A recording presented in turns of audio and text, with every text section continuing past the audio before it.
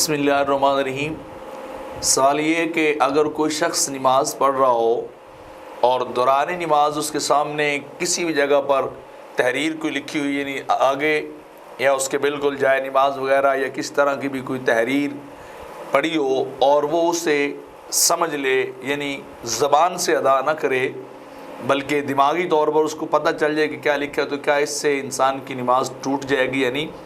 تو جواباً عرض یہ ہے کہ اس سے نماز تو انسان کی نہیں ٹوٹے گی،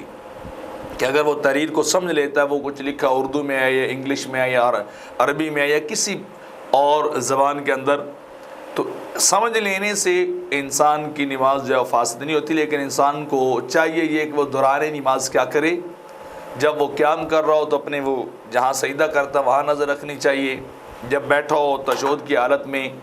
تو پھر انسان کو اپنی گود کی طرف جو ہے وہ دیکھنا چاہیے، یعنی جہاں جہاں دیکھنے کا حکم دیا گیا وہیں انسان کو دیکھنا چاہیے، اور اس کے علاوہ دائیں بائیں دیکھنا یا کسی کلام کو سمجھنا یہ ویسے تو خلل کا باعث کہ خشوع و خضوع اس سے جو ہے وہ کم ہو جاتا ہے، کمی واقع ہو جاتی ہے، تو لہٰذا اس سے بچنا چاہیے۔ لیکن اگر کوئی شخص باہر سے کسی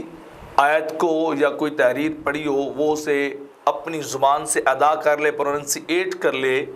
تو پھر اس شخص کی نماز جو ہے وہ فاسد ہو جائے گی، اگرچہ قرآن کی آیت ہی کیوں نہ ہو، کہ جو خارج نماز پڑھی ہے اور اس نے وہاں سے اس کو پڑھ لیا اور یہ سمجھا کہ میری قرات پوری ہو گئی،